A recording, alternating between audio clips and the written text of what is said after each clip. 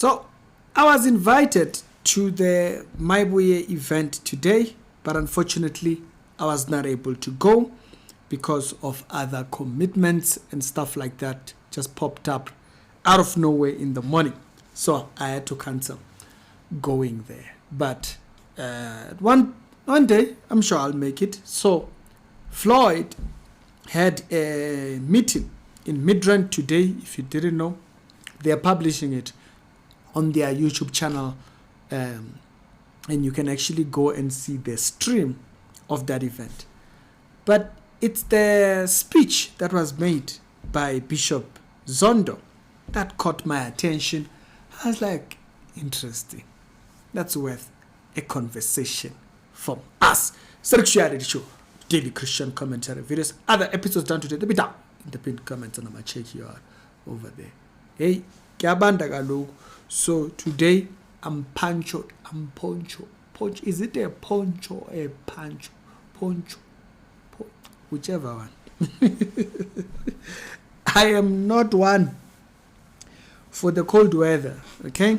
So I am ponchoed up while I'm shooting this episode. It is cold out here. It's not asking any questions. So what was Bishop Zondo saying in this meeting? It starts off right about here. President Nebanza Lonke, we have a problem. Okay. With the CRL Commission, it's a Chapter 9 institution, where they want to regulate churches. All right. So that's what Bishop opens by. Okay.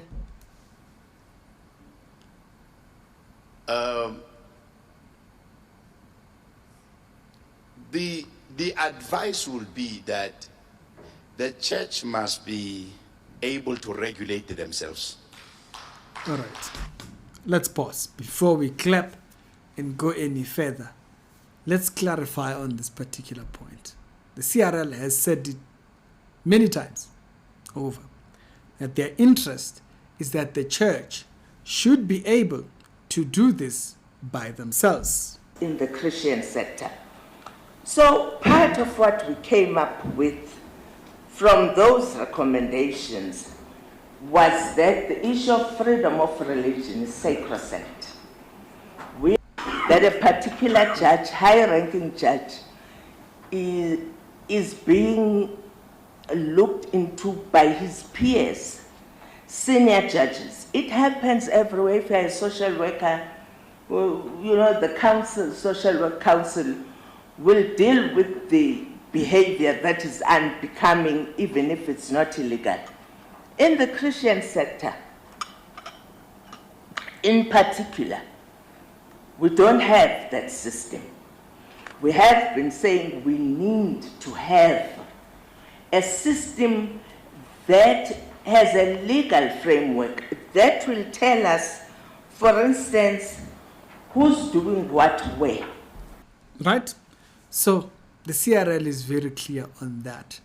So they are saying, yes, you can build church bodies by which certain churches are under, but they need one that's actually from a legal perspective. So later on, he goes on to address issues that he has with the church currently. All right. Those churches that came here by boats, aeroplane, and by briefcases. Okay.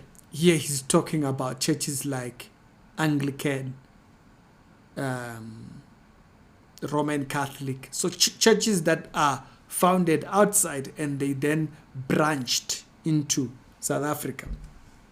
They still benefit from apartheid. Then all the other churches which are indigenous, which came out of South Africa, they made sure that they taxed them. All right. Now, I'll highlight for you what he was saying here. Here he was mainly tackling the subject matter of access if you listen to the speech, he's talking about access. Now, I don't completely agree with him here.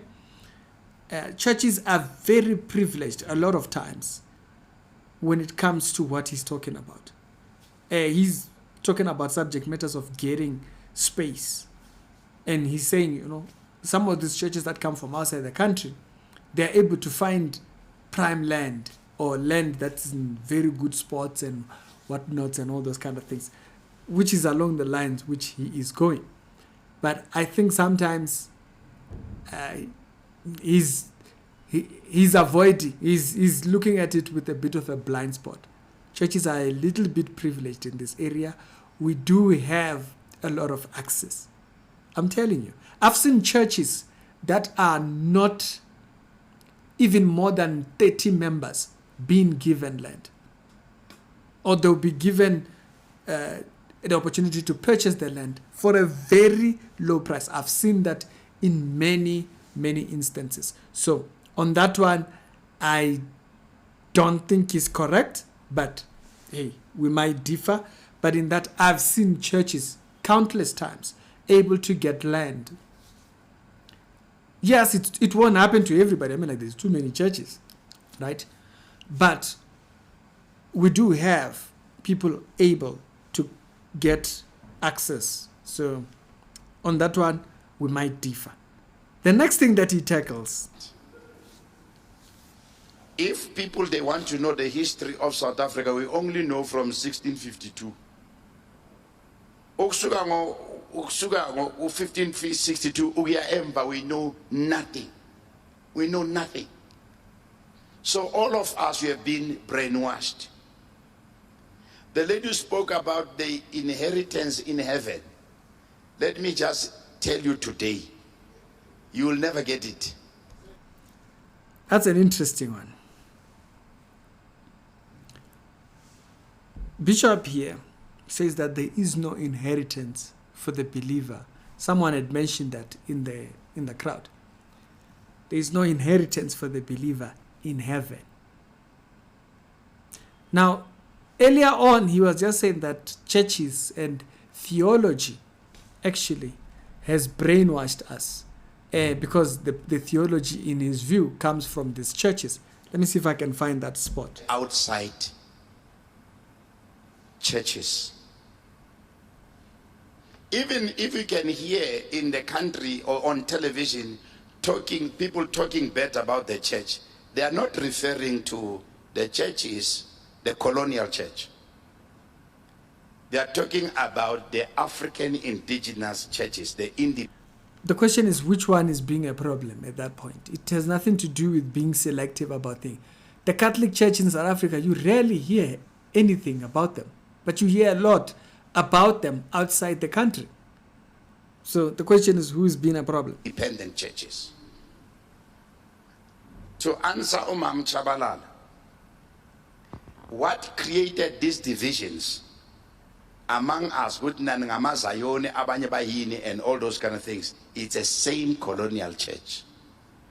We went to their theological schools. We are damaged in our minds. That's what the bishop thinks about the theological teachings that come. So, I don't know what's going on over there. Why it's become so popular for people to attack theological studies. We are damaged. Theology has damaged us. No, we are divided by creeds and doctrines. There's nothing wrong with that. I don't believe what you believe. You believe what you believe over there. I do mine over there. It's simple. Tell you today, you will never get it. The inheritance is here. So he says there is no inheritance in heaven because the inheritance is here. Yeah, wow. That's very brave, Bishop. That is very brave, but it's unbiblical. Because down here, very few people will have what you classify as inheritance. Hebrews chapter number 10. And here Paul is speaking about the generosity of the church. He says, for when he had compassion on my bonds, he says, you took joyfully the spoils of your good, knowing that you have, notice, you have in heaven a better and an enduring substance. Your reward is there. The verse says the reward of the believer is there. No, that's not what Ricky said. That's what the verse says. He says, what you had here on earth, you used it to help others. Because by so, you earned a reward, a more enduring substance, you may put it so. And then when it goes further, he says, cast not therefore your confidence, which has great recompense. Bishop is saying, no, there is no recompense. That's why I've said, my issues with Bishop Zondo never been personal. No, it's theological. He's saying the exact opposite of what the Bible says here. The exact opposite. Like, how do you justify that? About the inheritance in heaven, let me just tell you today, you will never get it. The inheritance is here. Read Revelations chapter number 22 there. You come down to right here. It says, let me see if I can bring that in focus. It says, I am coming very soon. My reward is with me to give to each according to as he has done. The verse is clear. There is a reward that comes with him. He's not saying it's here on earth. He says there is a reward that comes with him. Now, the bishop has a reference when he says that, but the reference is not about that reward. Okay? Let's go back there. Put it in Abdul's language. You see, Prophet Jesus said, occupy until I come. Yeah, occupy until I come is discipleship. It means do God's mandate. Be the light of the world. Be the salt. That's your occupying. Use your spiritual gifts in order to be a benefit to people so that you may showcase the kingdom. You are an ambassador. Showcase the kingdom. He says, my kingdom is not of this world. If it were, I would have told you.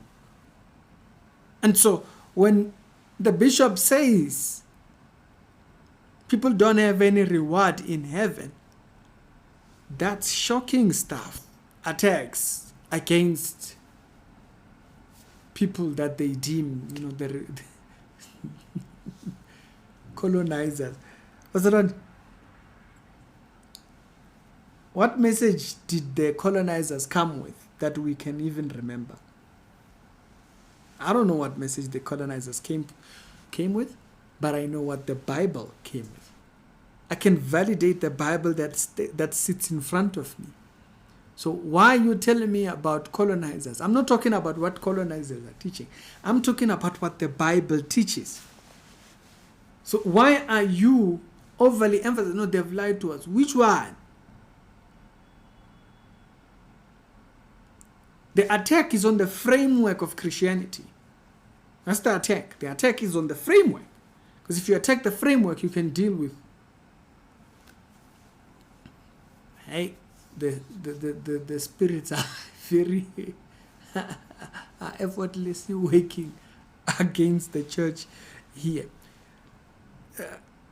I don't agree with his interpretation on the verse. The verse concerning occupy till I come, it's about discipleship here. He wasn't saying occupy inheritance. It had nothing to do with that. As a matter of fact, Jesus, when it comes to inheritance, there was a man who said, I want to go and bury my father. And Jesus said, let the dead bury the dead. For you, follow me. Does that sound like, oh yeah, your inheritance is here?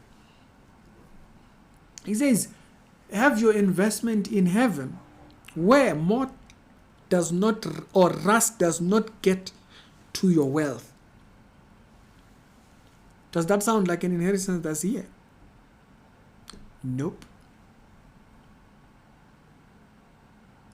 But we are damaged. It's a lot. It's a charity show. Other episodes join today to be down in the pinned comments. Like I've said, nothing against the bishop. For me, my issues with bishop is theological. He says things that are not theologically upright. Y'all tell me your thoughts down there, and I will see you on the next episode. Y'all have a blessed day.